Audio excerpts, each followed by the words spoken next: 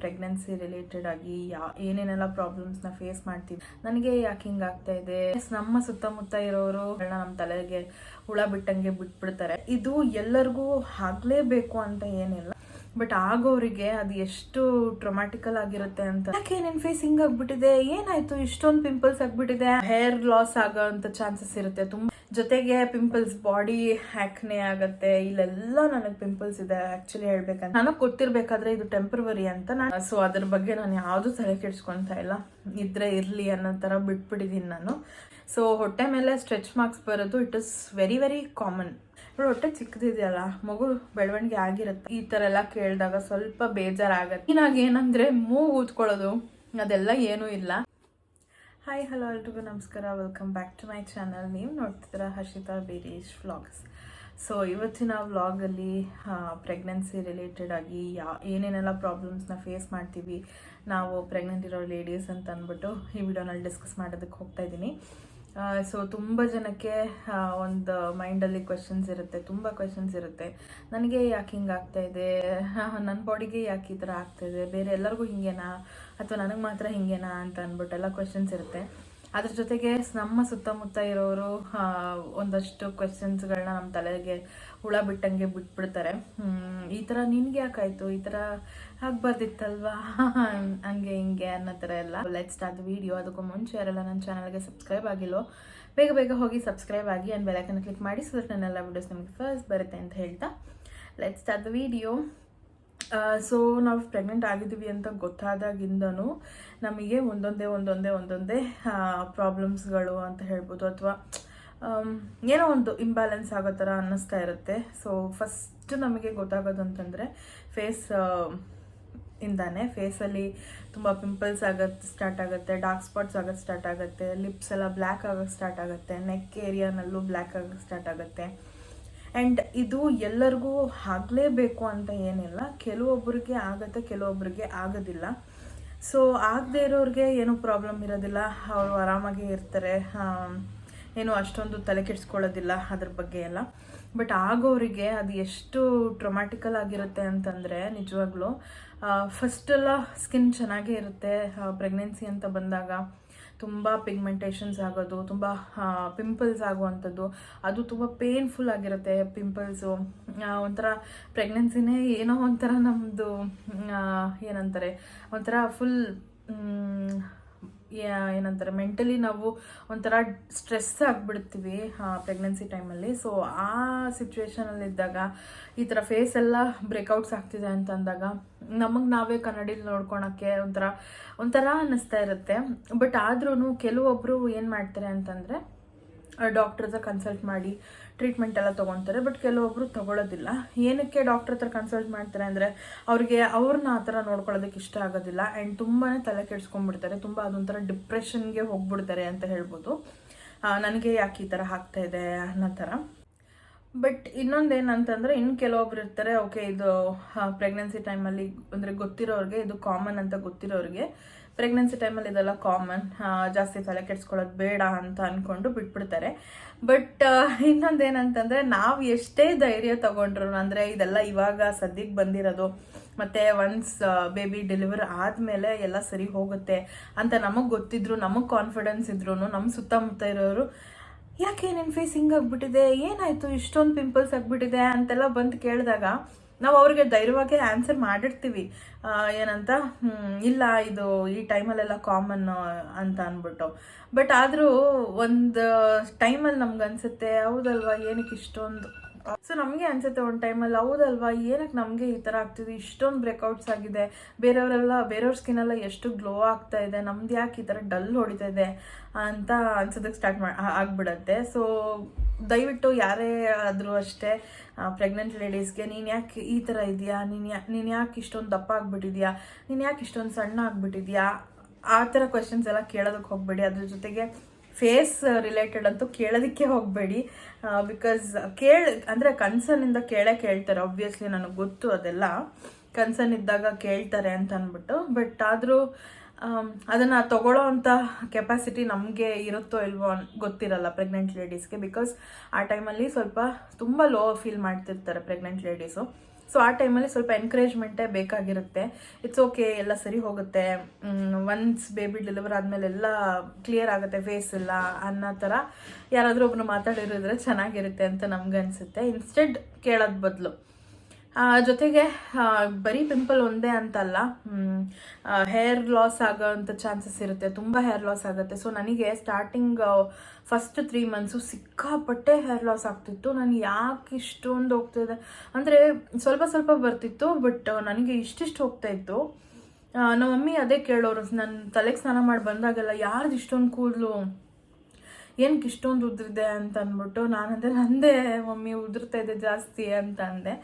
But second trimester ಮತ್ತು third ಟ್ರೈಮಿಸ್ಟರಲ್ಲಿ ಅದು full control ಆಯಿತು. ಆ್ಯಕ್ಚುಲಿ ತುಂಬಾ ಕಂಟ್ರೋಲ್ ಆಗಿದೆ ಅಂತ ಹೇಳ್ಬೋದು. ನನ್ನ ಕೂದಲು ಕೂಡ ಸ್ವಲ್ಪ ಉದ್ದ ಬೆಳೆದಿರೋದಕ್ಕೆ ಕಾರಣ ನಾನು ಕಟ್ ಮಾಡಿಸದೇ ಇರೋದು ಇರಬಹುದು, ಐ ಡೋಂಟ್ ನೋ. ಸೊ ಒಬ್ಬೊಬ್ಬರಿಗೆ ತುಂಬ ಚೆನ್ನಾಗಿ ಬೆಳೆಯುತ್ತೆ ಕೂದಲು, ಒಬ್ಬೊಬ್ಬರಿಗೆ ಹೇರ್ ಲಾಸ್ ಆಗುತ್ತೆ. ಜೊತೆಗೆ ಪಿಂಪಲ್ಸ್, ಬಾಡಿ ಹ್ಯಾಕ್ನೆ ಆಗುತ್ತೆ. ಇಲ್ಲೆಲ್ಲ ನನಗೆ ಪಿಂಪಲ್ಸ್ ಇದೆ ಆ್ಯಕ್ಚುಲಿ ಹೇಳ್ಬೇಕಂತಂದರೆ, ಇಲ್ಲಿ ಮತ್ತು ಈ ಶೋಲ್ಡರ್ಸ್ ಹತ್ರ ನನಗೆ ಸಣ್ಣದು ಪಿಂಪಲ್ಸು ಬಂದಿರಲಿಲ್ಲ ಶೋಲ್ಡರ್ ಹತ್ರ ಎಲ್ಲ. ಅಂದರೆ ಕೆಲವೊಬ್ರಿಗೆ ಇರುತ್ತೆ ಶೋಲ್ಡರ್ ಹತ್ರ ಸಣ್ಣ ಸಣ್ಣ ಪಿಂಪಲ್ಸ್ ಬರೋದು, ಅಂದರೆ ಶೆಕೆಗುಳ್ಳೆ ಥರ ಬರೋದು, ಆ ಥರದ್ದೆಲ್ಲ ಇರುತ್ತೆ. ಬಟ್ ನನಗೆ ಆ ಥರದ್ದು ಯಾವುದೂ ಇರಲಿಲ್ಲ, ಫುಲ್ ಕ್ಲಿಯರ್ ಆಗಿತ್ತು. ಬಟ್ ಇವಾಗ ಶೋಲ್ಡರ್ ಹತ್ರ ಎಲ್ಲ ಪಿಂಪಲ್ಸು, ಮತ್ತು ಈ ನೆಕ್ ಹತ್ರ ಎಲ್ಲ ಪಿಂಪಲ್ಸು, ಮತ್ತು ಬೆನ್ನಲ್ಲಿ, ಸೊ ಈ ಥರ ಎಲ್ಲ ಆಗ್ತಾ ಇದೆ ನನಗೆ. ಸೊ ನಾನು ಅಷ್ಟು ತಲೆ ಕೆಡಿಸ್ಕೊತಾ ಇಲ್ಲ, ಬಿಕಾಸ್ ಇವಾಗೆಲ್ಲ ಇದು ಕಾಮನ್ ಅಂತ ಅಂದ್ಬಿಟ್ಟು.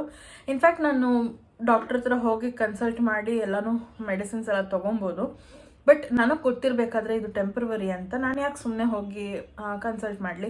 ಇವಾಗ ನನ್ನ ಫೇಸ್ ಹೆಂಗಿರುತ್ತೆ, ಹೆಂಗಿದೆ, ಅಥವಾ ನಾನು ಹೆಂಗೆ ಕಾಣ್ತಿದ್ದೀನಿ ಅನ್ನೋದು ನನಗೆ ಮ್ಯಾಟ್ರ್ ಆದರೆ ಸಾಕು. ಬೇರೆಯವ್ರು ಬಂದು ಕಮೆಂಟ್ ಮಾಡೋ ಅವಶ್ಯಕತೆ ಇರಲ್ಲ ಅಲ್ವಾ. ಸೊ ನಾನು ಹಾಗೆ ಒಂಥರ ಸ್ಟ್ರಾಂಗ್ ಆಗಿರೋದು. ಯಾಕಂದರೆ ಇವಾಗ ನನಗೆ ಗೊತ್ತು ಇದು ಟೆಂಪ್ರವರಿ. ಈ ಪಿಂಪಲ್ ಆಗಿರ್ಬೋದು, ಇಲ್ಲೊಂದಾಗಿದೆ, ಮತ್ತು ಇಲ್ಲೊಂದಾಗಿದೆ ಆ್ಯಂಡ್ ಇಲ್ಲೆಲ್ಲ ಆಗಿದೆ ಆ್ಯಕ್ಚುಲಿ ಹೇಳ್ಬೇಕಂತಂದರೆ.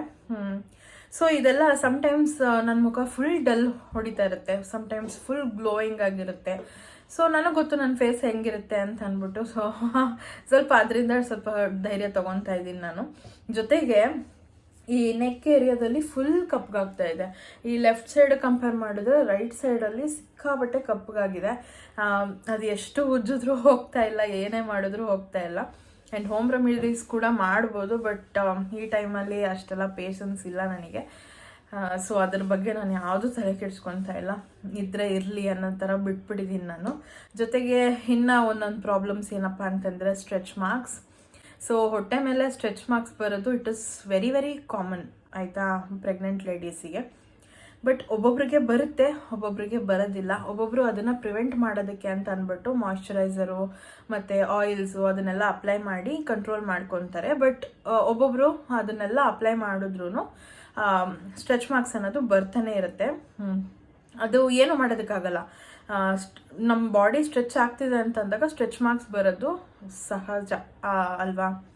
ಸೊ ಅದ್ರ ಬಗ್ಗೆನೂ ಜಾಸ್ತಿ ತಲೆ ಕೆಡಿಸ್ಕೊಳ್ಳೋದಕ್ಕೆ ಹೋಗ್ಬಿಡಿ. ಒಬ್ಬೊಬ್ರು ಅದಕ್ಕೆ ಅಂತಲೇ ಸಾವಿರಾರು ರೂಪಾಯಿ ಖರ್ಚು ಮಾಡಿ ಎಲ್ಲ ಹೋಗಿಸ್ಕೊಳ್ಳೋಕೆ ಟ್ರೈ ಮಾಡ್ತಾರೆ. ಸೊ ಅದ್ರ ಅವಶ್ಯಕತೆ ಇಲ್ಲ ಅಂತ ನನಗನ್ಸುತ್ತೆ. ಓಕೆ, ಇವಾಗ ನಿಮ್ಗೆ ಅಷ್ಟೊಂದು ನಿಮ್ಮ ಬಾಡಿ ಮೇಲೆ ಕನ್ಸರ್ನ್ ಇದೆ ಅಂತಂದರೆ ನೀವು ಮಾಡ್ಬೋದು.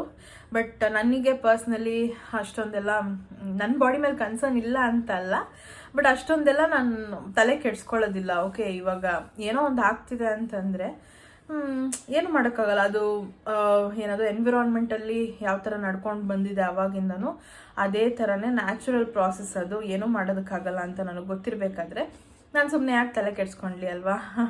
ಸೊ ಅದಕ್ಕೆ ಇನ್ನೂ ಮುಂದಕ್ಕೆ ನೋಡ್ಕೊಳ್ಳೋಣ. ಇವಾಗ ನಾನು ಅದನ್ನು ಪ್ರಿವೆಂಟ್ ಮಾಡೋದಕ್ಕೆ ಅಂತಲೂ ಆಯಿಲ್ಸ್ ಆಗಿರ್ಬೋದು, ಅಥವಾ ಮಾಯ್ಶ್ಚರೈಸರ್ ಆಗಿರ್ಬೋದು, ಅಥವಾ ಬಾಡಿ ಬಟರ್ಸ್ ಆಗಿರ್ಬೋದು, ಅದನ್ನೆಲ್ಲ ಯೂಸ್ ಮಾಡ್ತಿದ್ದೀನಿ. ಬಟ್ ಸ್ಟಿಲ್ ಮಾರ್ಕ್ಸ್ ಬರುತ್ತೆ. ಸೊ ಇವಾಗ ನಾವು ಅಪ್ಲೈ ಮಾಡಿನೂ ಬರ್ತಿದೆ ಅಂತ ಅಂದಾಗ ಏನು ಮಾಡೋದಕ್ಕಾಗಲ್ಲ. ಅದ್ರ ಬಗ್ಗೆ ತಲೆ ಕೆಡ್ಸ್ಕೊಂಡು ಕೂತ್ಕೊಂಡ್ರೆ ನಮಗಿನ್ನ ಬೇರೆ ಬೇರೆ ಯೋಚನೆ ಮಾಡೋದಕ್ಕೆ ಟೈಮ್ ಬೇಕಲ್ವಾ. ಸೊ ಅದ್ರ ಬಗ್ಗೆ ನಾನು ಯೋಚನೆ ಮಾಡೋದಕ್ಕೆ ಹೋಗಲ್ಲ. ಜೊತೆಗೆ ಇದೆಲ್ಲ ಆಗ್ತಿದ್ದಂಗೆ ಏನಾಗುತ್ತೆ, ಇನ್ನೊಂದು ಏನು ಹೇಳ್ತಾರೆ ಅಂದರೆ, ನೋಡೋ ಜನ ಹೇಳ್ಬೇಕಂತಂದರೆ ನಿನಗೆ ಹೊಟ್ಟೆನೇ ಕಾಣ್ತಾ ಇಲ್ಲ, ನಿಜವಾಗ್ಲೂ ನಿನಗೆ 7 ಮಂತ್ಸ್ 8 ಮಂತ್ಸ್ ಆಗಿದೆಯಾ ಇವಾಗ, ಹಂಗೆ ಕಾಣೋದೇ ಇಲ್ವಲ್ಲ ನೀನು ಅಂತೆಲ್ಲ ಹೇಳ್ತಿರ್ತಾರೆ. ಸೊ ಸಮ್ಟೈಮ್ಸ್ ಇದನ್ನೆಲ್ಲ ಕೇಳಿದಾಗ ಖುಷಿ ಆಗುತ್ತೆ. ಅಂದರೆ ನೀನು ಆ ಥರ ಕಾಣ್ತಾ ಇಲ್ಲ, ಅಷ್ಟು ದಪ್ಪ ಆಗಿಲ್ಲ, ನೀನು ಇದ್ದಂಗೆ ಇದೆಯಾ ಅಂತೆಲ್ಲ ಹೇಳಿದಾಗ ಸ್ವಲ್ಪ ಖುಷಿ ಆಗುತ್ತೆ. ಓ ನಾನು ಇದ್ದಂಗೆ ಇದ್ದೀನಿ, ಬರೀ ಹೊಟ್ಟೆ ಮಾತ್ರ ಒಂಚೂರು ಕಾಣಿಸುತ್ತೆ, ಓಕೆ ಬೇಬಿ ಡೆವಲಪ್ಮೆಂಟ್ ಎಲ್ಲ ಚೆನ್ನಾಗಿದೆ ಅಂತ ನಾವು ಅಂದ್ಕೊಂಡಿರ್ತೀವಿ. ಬಟ್ ನೋಡಿದವ್ರಿಗೆ ಏನನ್ಸುತ್ತೆ ಅಂತಂದರೆ, ಇವಳು ಹೊಟ್ಟೆ ಚಿಕ್ಕದಿದೆಯಲ್ಲ, ಮಗು ಬೆಳವಣಿಗೆ ಆಗಿರುತ್ತಾ, ವೆಯ್ಟ್ ಗೇನ್ ಆಗಿರುತ್ತಾ ಅಂತ ಅವ್ರು ಯೋಚನೆ ಮಾಡ್ತಿರ್ತಾರೆ. ಸೊ ಅವ್ರು ಯೋಚನೆ ಮಾಡೋದ್ರಲ್ಲಿ ಯಾವುದೇ ರೀತಿಯಾದ ತಪ್ಪಿಲ್ಲ. ಬಟ್ ಅದನ್ನು ತೊಗೊಂಬಂದು ನಮಗೆ ಹೇಳೋದಿದೆಯಲ್ಲ, ಅದು ಇನ್ನೂ ಒಂಥರ ಟ್ರಾಮಟೈಸಿಂಗ್ ಅಂತಲೇ ಹೇಳ್ಬೋದು. ಬಿಕಾಸ್ ನಾವು ಇಷ್ಟೆಲ್ಲ ಪ್ರಾಬ್ಲಮ್ಸ್ನ ಫೇಸ್ ಮಾಡ್ತಿರ್ತೀವಿ. ಅಂದರೆ ಫೇಸ್ ಮೇಲಾಗಿರ್ಬೋದು, ಹೊಟ್ಟೆಯ ಮೇಲಾಗಿರ್ಬೋದು, ಅಥವಾ ನಮ್ಮ ಬಾಡಿನೇ ಚೇಂಜಸ್ ಆಗ್ತಾ ಇರುತ್ತೆ, ಜೊತೆಗೆ ಬಾಡಿ ಒಳಗೂ ಚೇಂಜಸ್ ಆಗ್ತಾ ಇರುತ್ತೆ. ಇದೆಲ್ಲನೂ ನಾವು ಫೇಸ್ ಮಾಡ್ತಿರ್ಬೇಕಾದ್ರೆ ಬಂದು ಓಕೆ ಕಾಣ್ತಾ ಇಲ್ಲ, ಓಕೆ ಫೈನ್, ಅದು ಖುಷಿ ಆಗುತ್ತೆ. ಬಟ್ ಬೇಬಿ ಡೆವಲಪ್ಮೆಂಟ್ ಆಗಿದೆಯಾ, ಕರೆಕ್ಟಾಗಿ ಆಗಿದೆಯಾ, ಆಮೇಲೆ ವೆಯ್ಟ್ ಗೇನ್ ಆಗಿದೆಯಾ, ಈ ಥರ ಎಲ್ಲ ಕೇಳಿದಾಗ ಸ್ವಲ್ಪ ಬೇಜಾರಾಗತ್ತೆ. ನಾವು ಎಷ್ಟೇ ಸ್ಟ್ರಾಂಗಾಗಿ ಅವ್ರಿಗೆ ಆನ್ಸರ್ ಮಾಡಿದ್ರು ಇಲ್ಲ, ಆ ಥರ ಎಲ್ಲ ಏನಿಲ್ಲ, ಇದೆಲ್ಲ ಮಿತ್. ಹೊಟ್ಟೆ ದಪ್ಪ ಇದ್ದರೆ ಬೇಬಿ ದೊಡ್ಡದಾಗಿರುತ್ತೆ, ಅಥವಾ ಹೊಟ್ಟೆ ಚಿಕ್ಕದಾಗಿದ್ರೆ ಬೇಬಿ ಚಿಕ್ಕದಾಗಿರುತ್ತೆ, ಅದೆಲ್ಲ ಒಂದು ಮಿತ್ ಅಂತ ಎಲ್ಲ ನಾನು ಸ್ಟ್ರಾಂಗಾಗಿ ಹೇಳಿದ್ರು ಎಲ್ಲೋ ಒಂದು ಕಡೆ ಒಂದು ಸೆಕೆಂಡ್ ಅನಿಸುತ್ತೆ, ಹೌದಲ್ವಾ ಇರ್ಬೋದೇನೋ ಅಂತ ಅಂದ್ಬಿಟ್ಟು. ನನಗೂ ಸೇಮ್ ಅದೇ ಆಯಿತು. ಈಗಲೂ ಆ ಭಯ ಇದೆ. ಬಿಕಾಸ್ ನನಗೆ ಅನ್ಸುತ್ತೆ ಒಂದೊಂದ್ಸತಿ ನಿಜವಾಗ್ಲೂ ನಾನು 7 ಮಂತ್ಸ್ 8 ಮಂತ್ಸ್ ಪ್ರೆಗ್ನೆಂಟಾ ಅಂತ ಅಂದ್ಬಿಟ್ಟು. ಆ ಥರ ನಾನು ವೆಯ್ಟ್ಗೇನು ಅಷ್ಟೊಂದೇನಾಗಿಲ್ಲ, ಹಳೆ ಬಟ್ಟೆಗಳೆಲ್ಲ ಆಗ್ತಾನೇ ಇದೆ ಇನ್ನು ನನಗೆ. ಆ ಥರ ಎಲ್ಲ ಏನೂ ಪ್ರಾಬ್ಲಮ್ಸ್ ಇಲ್ಲ. ಬರೀ ಹೊಟ್ಟೆ ಹತ್ರ ಮಾತ್ರ ಒಂಚೂರು ಟೈಟ್ ಆಗುತ್ತೆ ಅಷ್ಟೇ. ಅದು ಬಿಟ್ಟರೆ ಕೈ ಅದೆಲ್ಲ ಶೋಲ್ಡರ್ಸು ಅದೆಲ್ಲ ಕರೆಕ್ಟ್ ಪರ್ಫೆಕ್ಟ್ ಫಿಟ್ಟಿಂಗ್ ಆಗಿರುತ್ತೆ. ಫ್ರಾಕ್ ಟೈಪ್ ಆದರೆ ಅದು ಇನ್ನೂ ಈಸಿ, ಅದೇ ಥರನೇ ಹಾಕ್ಕೊಂಬಿಡ್ಬೋದು. ಏನೂ ಚೇಂಜಸ್ ಇಲ್ಲ ನನ್ನಲ್ಲಿ ಹೇಳ್ಬೇಕಂತಂದರೆ. ಅದೇ ಫೇಸ್ ಮೇಲೆ ಮತ್ತು ಬಾಡಿ ಯಾಕೆ ಅದೆಲ್ಲ ಬಿಟ್ಟರೆ, ಬಾಡಿ ಅಂದರೆ ಬಲ್ಜ್ಡ್ ಆಗೋದು, ಮತ್ತು ಕಾಲು ಊದ್ಕೊಳ್ಳೋದು, ಫೇಸ್ ಊದ್ಕೊಳ್ಳೋದು, ಮತ್ತು ಮೇಯ್ನಾಗಿ ಏನಂದರೆ ಮೂಗು ಊದ್ಕೊಳ್ಳೋದು, ಅದೆಲ್ಲ ಏನೂ ಇಲ್ಲ. ಸೊ ಸಹಜ, ಅವ್ರಿಗೂ ಅನ್ಸೋದು ಸಹಜ. ಬಟ್ ಆದರೂ ಒಂದು ಕಡೆ ಭಯ ಇರುತ್ತೆ ನಮಗೂ. ಸೊ ಆ ಥರ ಎಲ್ಲ ಮಾತಾಡಿದಾಗ ಸ್ವಲ್ಪ ಬೇಜಾರಾಗುತ್ತೆ, ನಾವು ಎಷ್ಟೇ ಸ್ಟ್ರಾಂಗಾಗಿ ಇದ್ರೂ. ಸೊ ನನಗೂ ಅದೇ ತಲೆಯಲ್ಲಿ ಹೋಗ್ಬಿಟ್ಟಿದೆ. ಐ ಥಿಂಕ್ ನಾನು ಅದನ್ನು ಡಾಕ್ಟರ್ ಹತ್ರ ಕೇಳಬೇಕು, ಮಾತಾಡಬೇಕು ಅಂತಲೇ ವೆಯ್ಟ್ ಮಾಡ್ತಾಯಿದ್ದೀನಿ ನೆಕ್ಸ್ಟ್ ಚೆಕಪ್ಪಿಗೆ. ಸೊ ನೋಡೋಣ ಅವಾಗ ಏನು ಹೇಳ್ತಾರೆ, ಏನು ಎತ್ತ ಅಂತಂದ್ಬಿಟ್ಟು ನಿಮಗೆಲ್ಲ ಅಪ್ಡೇಟ್ ಮಾಡ್ತೀನಿ. ಸೊ ಇದಿಷ್ಟು ನಮ್ಮ ಒಂದು ಔಟರ್ ಬಾಡಿ ಚೇಂಜಸ್ ಏನಿದೆ ಅದನ್ನೆಲ್ಲ ನಾನು ನಿಮಗೆ ಇಲ್ಲಿ ಶೇರ್ ಮಾಡಿಕೊಂಡೆ, ನನಗೇನೇನು ಎಕ್ಸ್ಪೀರಿಯೆನ್ಸ್ ಆಗಿದೆ ಅಂತ ಅಂದ್ಬಿಟ್ಟು. ಇದೆಲ್ಲ ಔಟರ್ ಬಾಡಿ ಚೇಂಜಸ್ ಅಂತಂದರೆ, ಇನ್ನರ್ ಬಾಡಿನಲ್ಲೂ ನಮಗೆ ಕೆಲವೊಂದು ಚೇಂಜಸ್ ಆಗ್ತಾ ಇರುತ್ತೆ. ಯಾಕೆ ಅಂತಂದರೆ, ಮಗು ಬೆಳೀತಾ ಇದ್ದಾಗ ನಮ್ಮದು ಇಂಟೆಸ್ಟೈನ್ ಎಲ್ಲ ಚಿಕ್ಕದಾಗ್ತಾ ಹೋಗುತ್ತೆ, ಕಂಪ್ರೆಸ್ ಆಗ್ತಾ ಹೋಗುತ್ತೆ. ಸೊ ಆವಾಗ ಇಲ್ಲಿ ಮೇಲ್ಗಡೆ ಅಂದರೆ ಚೆಸ್ಟಿಂದ ಕೆಳಗಡೆ ಏನು ಭಾಗ ಇದೆ ಅಲ್ವಾ, ಅಂದರೆ ರಿಬ್ಸ್ ಏನಿದೆ ಅಲ್ಲ, ಅದು ಪೇಯ್ನ್ ಆಗೋಕ್ಕೆ ಸ್ಟಾರ್ಟ್ ಆಗುತ್ತೆ. ಲೆಫ್ಟ್ ಸೈಡಿಗೆ ತಿರ್ಕೊಂಡು ಮಲಗೋಕ್ಕಾಗಲ್ಲ, ಕೆಲವ್ರಿಗೆ ರೈಟ್ ಸೈಡಿಗೆ ತಿರ್ಕೊಂಡು ಮಲಗೋಕ್ಕಾಗಲ್ಲ. ಈ ಥರ ಎಲ್ಲ ಪ್ರಾಬ್ಲಮ್ಸ್ ಸ್ಟಾರ್ಟ್ ಆಗಿಬಿಡುತ್ತೆ. ಜೊತೆಗೆ ಈ ಪೆಲ್ವಿಕ್ ಪೇಯ್ನ್ ಅಂತ ಏನು ಹೇಳ್ತಾರಲ್ಲ, ಅದನ್ನು ನಾನು ಈ ನಡುವೆ ಎಕ್ಸ್ಪೀರಿಯನ್ಸ್ ಮಾಡ್ತಾಯಿದ್ದೀನಿ. ಸೊ ಅದು ಹೆಂಗೆ ಅಂತಂದರೆ, ಒಂಥರ ಸಿಕ್ಕಾಬಟ್ಟೆ ಒಂಥರ ನಾನು ಒಂದು ಸೈಡ್ ಮಲಗಿರ್ತೀನಿ, ಇನ್ನೊಂದು ಸೈಡ್ ತಿರುಗಿ ಮಲಗೋದಕ್ಕೆ ಸಿಕ್ಕಾಬಟ್ಟೆ ಪೇಯ್ನ್ ಆಗುತ್ತೆ. ತುಂಬ ಸ್ಲೋ ಆಗಿ ತಿರುಗಿ ಮಲಗಬೇಕು, ಆದರೂ ಪೇಯ್ನ್ ಆಗೇ ಆಗುತ್ತೆ. ಸೊ ಯಾಕೆ ಅಂತ ಇದನ್ನೆಲ್ಲ ಚೆಕ್ ಮಾಡಿದಾಗ ಇದು ಬಂದು ಬೇಬಿ ಹೆಡ್ ಫಿಕ್ಸ್ ಆಗೋದಕ್ಕೆ ಟ್ರೈ ಮಾಡ್ತಿರುತ್ತೆ. ಇಲ್ಲ ಅಂತಂದರೆ ಬೇಬಿ ವೆಯ್ಟ್ ಏನಿರುತ್ತಲ್ಲ ಅದು ನಮ್ಮ ಪೆಲ್ವಿಸ್ ಮೇಲೆ ಜಾಸ್ತಿ ಬಿದ್ದಾಗ ಈ ಥರ ಎಲ್ಲ ಪ್ರಾಬ್ಲಮ್ಸ್ ಅಂದರೆ ಪೇಯ್ನ್ ಆಗೋ ಚಾನ್ಸಸ್ ಇರುತ್ತೆ ಅಂತೆಲ್ಲ ಬಂದಿತ್ತು. ಸೊ ಅದಕ್ಕೆ ಏನೇನು ರೆಮಿಡೀಸ್ ಅಂತೆಲ್ಲ ನೋಡಿಕೊಂಡೆ. ವಾಕಿಂಗ್ ಮಾಡೋದು, ಮತ್ತು ಸ್ಟ್ರೆಚಸ್ ಮಾಡೋದು, ಮತ್ತು ಹಾಟ್ ವಾಟರ್ ಬಾತ್ ತೊಗೊಳ್ಳೋದು ತುಂಬ ಒಳ್ಳೆಯದು ಅಂತೆಲ್ಲ ತೋರಿಸಿತ್ತು. ಸೊ ಈ ಥರ ಕೆಲವೊಂದು ಇರ್ತವೆ ನಮ್ಮ ಒಳಗಡೆ ಮತ್ತು ಹೊರಗಡೆ ಚೇಂಜಸ್ ಆಗೋದು, ಆ ಥರದ್ದೆಲ್ಲ ಇರುತ್ತೆ. ಸೊ ರಿಲೇಟಿವ್ಸ್ ಹೇಳೋದು ಅಥವಾ ಫ್ರೆಂಡ್ಸ್ ಹೇಳೋದು ಎಲ್ಲನೂ ಓಕೆ, ಒಂದು ಲೆವೆಲಿಗೆ ಓಕೆ ತೊಗೊಬೋದು ನಾವು. ಬಟ್ ಪದೇ ಪದೇ ಏನು ನಿನ್ನ ಫೇಸ್ ಹಿಂಗಾಗ್ಬಿಟ್ಟಿದೆ, ಏನು ನಿನ್ನದು ಕತ್ತೆಲ್ಲ ಕಪ್ಪಗಾಗ್ಬಿಟ್ಟಿದೆ, ಮತ್ತು ಏನು ನಿನ್ನ ಕಾಲೆಲ್ಲ ಊದ್ಕೊಂಡ್ಬಿಟ್ಟಿದೆ, ನಿಂದು ಹೊಟ್ಟೆ ಏನು ಇಷ್ಟು ದೊಡ್ಡದಾಗಿ ಬಂದುಬಿಟ್ಟಿದೆ ಈಗಲೇ, ಅಥವಾ ಇಷ್ಟು ಚಿಕ್ಕದಾಗ್ಬಿಟ್ಟಿದೆ, ನಿನಗೇನು ಮಗು ಇದೆ ಅಂತಲೇ ಗೊತ್ತಾಗಲ್ಲ, ವೆಯ್ಟ್ಗೇನಾಗಿಲ್ಲ ನೀನು, ಅಥವಾ ಓವರ್ ವೆಯ್ಟ್ ಆಗಿಬಿಟ್ಟಿದ್ಯಾ, ಈ ಥರದ್ದೆಲ್ಲ ದಯವಿಟ್ಟು ಹೇಳೋದಕ್ಕೆ ಹೋಗಬೇಡಿ. ಬಿಕಾಸ್ ಅದು ಆ ಆ ಒಂದು ಟಾಕ್ಸ್ನ ತಗೊಂಡಿರೋರಿಗೆ ಮಾತ್ರನೇ ಗೊತ್ತಿರುತ್ತೆ ಅದು ಎಷ್ಟು ಪೇನ್ಫುಲ್ ಆಗಿರುತ್ತೆ ಅಂತ ಅಂದ್ಬಿಟ್ಟು. ಐನೋ ಕನ್ಸರ್ನ್ ಇರುತ್ತೆ, ಇಲ್ಲ ಅಂತ ನಾನು ಹೇಳೋದಿಲ್ಲ, ಬಟ್ ಸ್ಟಿಲ್ ಆ ಥರ ಎಲ್ಲ ಪ್ರೆಗ್ನೆಂಟ್ ಲೇಡೀಸ್ ಅಂತಂದರೆ ಆಬ್ವಿಯಸ್ಲಿ ಅವರಲ್ಲಿ ತುಂಬ ಚೇಂಜಸ್ ಇರುತ್ತೆ ಅಂತ ನಿಮಗೆ ಗೊತ್ತಿರಬೇಕು ಮೊದಲೇ. ಬಿಕಾಸ್ ಎಲ್ಲರೂ ಗೋತ್ರು ಆಗಿರ್ತಾರೆ. ಗೋತ್ರು ಆಗದೆ ಇರೋರು ಓಕೆ ಏನು ಮಾಡೋದಕ್ಕಾಗಲ್ಲ, ಅವ್ರಿಗೆ ನಾವು ತಿಳಿಸಿ ಹೇಳ್ಬೋದು. ಗೋತ್ರು ಆಗಿರೋರು ಕೂಡ ಅದದೇ ಕ್ವಶನ್ಸ್ ಕೇಳ್ತಾರೆ ಅಂತಂದರೆ ಸ್ವಲ್ಪ ಬೇಜಾರಾಗುತ್ತೆ. ಜೊತೆಗೆ ನೀನು ಹಿಂಗೆ ಕುತ್ಕೊಂಬೇಡ, ಹಿಂಗೆ ಮಲ್ಕೊಂಬೇಡ, ಹಿಂಗೆ ನಡಿಬೇಡ, ಹಿಂಗಿರ್ಬೇಡ, ಈ ಥರದ್ದೆಲ್ಲ ಹೇಳೋದು ಸ್ವಲ್ಪ ನಿಲ್ಲಿಸಿ. ಬಿಕಾಸ್ ಹೆಂಗೆ ಅಂತಂದರೆ ನಮಗೆ ಗೊತ್ತಿರುತ್ತೆ ನಮ್ಮ ಬಾಡಿ ಯಾವ ಥರ ರಿಯಾಕ್ಟ್ ಮಾಡ್ತಿದೆ, ಅಥವಾ ನಾವು ಯಾವ ಥರ ನಡೆದ್ರೆ ಅಥವಾ ಯಾವ ಥರ ಡ್ರೆಸ್ಸಸ್ ಹಾಕ್ಕೊಂಡ್ರೆ ನಮಗೆ ಕಂಫರ್ಟಬಲ್ ಇರುತ್ತೆ ಅಂತ ಅಂದ್ಬಿಟ್ಟು ಬಂದ್ಬಿಟ್ಟು ಹೊಟ್ಟೆ ಮೇಲೆ ಜಾಸ್ತಿ ಟೈಟಾಗಿ ಹಾಕ್ಕೊಂಬೇಡ ಅಂತೆಲ್ಲ ಹೇಳ್ತಾರೆ. ಸೊ ಆಬ್ವಿಯಸ್ಲಿ ನನಗಾಗೋದು ಇಲ್ಲ ಟೈಟಾಗಿ ಹಾಕ್ಕೊಳ್ಳೋದಕ್ಕೆ, ಒಂಥರ ಉಸಿರು ಕಟ್ಟದಂಗೆ ಆಗುತ್ತೆ. ಆಬ್ವಿಯಸ್ಲಿ ಹಾಕ್ಕೊಳಕ್ಕಾಗಲ್ಲ. ನಾವು ಆ ಥರ ಎಲ್ಲ ಜೀನ್ಸ್ ಆಗಿರ್ಬೋದು ಅಥವಾ ಟೈಟ್ ಪ್ಯಾಂಟ್ಸ್ ಆಗಿರ್ಬೋದು ಹೊಟ್ಟೆ ಮೇಲೆಲ್ಲ ಹಾಕ್ಕೊಳ್ಳೋದಕ್ಕೆ ಕಷ್ಟ ಆಗುತ್ತೆ. ಸ್ವಲ್ಪ ಫ್ರೀ ಆಗಿರೋದೇ ನಮಗೂ ಬೇಕು ಅಂತಲೇ ಅನಿಸೋದು. ಸೊ ಆ ಟೈಮಲ್ಲಿ ಸಿಕ್ಕಾಪಟ್ಟೆ ಕೋಪ ಬರುತ್ತೆ. ಏನು ಹೇಳೋದು ಏನು ಬಿಡೋದು ಅನ್ನೋದೇ ತಲೆ ಕೆಟ್ಟೋಗ್ಬಿಡುತ್ತೆ. ಸೊ ಆ ಟೈಮಲ್ಲಿ ನಾನು ಏನೂ ಮಾತಾಡೋದಕ್ಕೆ ಹೋಗಲ್ಲ, ಹೌದಾ ಸರಿ ಅಂತ ಸುಮ್ಮನೆ ಆಗ್ಬಿಡ್ತೀನಿ. ಮತ್ತು ಈ ಥರ ಮಲ್ಕೊಂಬೇಡ, ಈ ಥರ ಮಲ್ಕೊ. ಅಫ್ಕೋರ್ಸ್ ನಾವು ಇವಾಗೆಲ್ಲ ಯೂಟ್ಯೂಬು ಮತ್ತು ಇಂಟರ್ನೆಟ್ಟಿಂದ ನೋಡಿ ನಾವು ಕಲ್ತ್ಕೊತಾ ಇದ್ದೀವಿ ಯಾವ ಥರ ಇರಬೇಕು ಏನು ಎತ್ತ ಅಂತ. ಬಟ್ ಹಿರಿಯರು ಹೇಳೋದು ಒಳ್ಳೇದಕ್ಕೇನೆ, ಇಲ್ಲ ಅಂತ ನಾನು ಹೇಳೋದಿಲ್ಲ. ಬಟ್ ಆದರೂ ಒಂದು ಸತಿ ಹೇಳೋದು ಓಕೆ, ಪದೇ ಪದೇ ಪದೇ ಪದೇ ಅದನ್ನೇ ಹೇಳ್ತಿದ್ರೆ ಅಫ್ಕೋರ್ಸ್ ನಮಗೂ ಸಿಟ್ಟು ಬರುತ್ತೆ. ಬಟ್ ಏನು ಮಾಡೋದಕ್ಕಾಗಲ್ಲ, ಅವರು ನಮ್ಮ ಕನ್ಸರ್ನ್ಗೆ ಹೇಳ್ತಾರೆ. ಓಕೆ, ನೋಡೋಣ. ಇನ್ ಕೇಸ್ ಯಾರಾದರೂ ಇದ್ದರೂ ನಿಮ್ಮ ಸುತ್ತಮುತ್ತ ಪ್ರೆಗ್ನೆಂಟ್ ಲೇಡೀಸ್ ಅಂತಂದರೆ ದಯವಿಟ್ಟು ಈ ಥರದ್ದೆಲ್ಲ ಹೇಳೋದಕ್ಕೆ ಹೋಗ್ಬೇಡಿ, ಕೇಳೋದಕ್ಕೆ ಹೋಗ್ಬೇಡಿ. ನಿಮ್ಗೇನು ಅನ್ಸುತ್ತೋ ಅದು ಸಜೆಷನ್ ಕೊಡಿ ಅಷ್ಟೇನೆ, ಅದು ತೊಗೊಳೋದು ಬಿಡೋದು ಅವ್ರಿಗೆ ಬಿಟ್ಟಿದ್ದು. ಬಟ್ ಒಂಥರ ಹರ್ಟ್ ಆಗೋ ಥರ ಅಥವಾ ಟಾಂಟ್ ಮಾಡೋ ಥರ ಮಾತಾಡೋದಕ್ಕೆ ಹೋಗ್ಬಿಡಿ. ಸೊ ಇದಿಷ್ಟು ಹೇಳಬೇಕಾಗಿತ್ತು.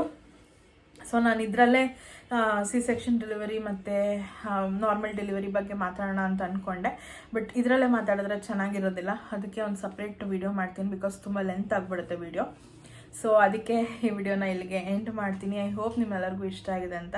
ಆ್ಯಂಡ್ ಏನೇನೆಲ್ಲ ಬ್ರೇಕೌಟ್ಸ್ ಆಗುತ್ತೆ ಪ್ರೆಗ್ನೆನ್ಸಿ ಟೈಮಲ್ಲಿ, ಯಾವ ಥರ ನಾವು ಲೋ ಫೀಲ್ ಮಾಡ್ತೀವಿ ಅಂತೆಲ್ಲ ಈ ವಿಡಿಯೋನಲ್ಲಿ ತಿಳಿಸ್ಕೊಟ್ಟಿದ್ದೀನಿ.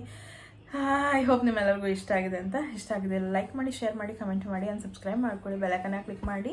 ಸೊ ನನ್ನೆಲ್ಲ ವಿಡಿಯೋಸ್ ನಿಮಗೆ ಫಸ್ಟ್ ಬರುತ್ತೆ ಅಂತ ಹೇಳ್ತಾ thank you so much for watching. Bye.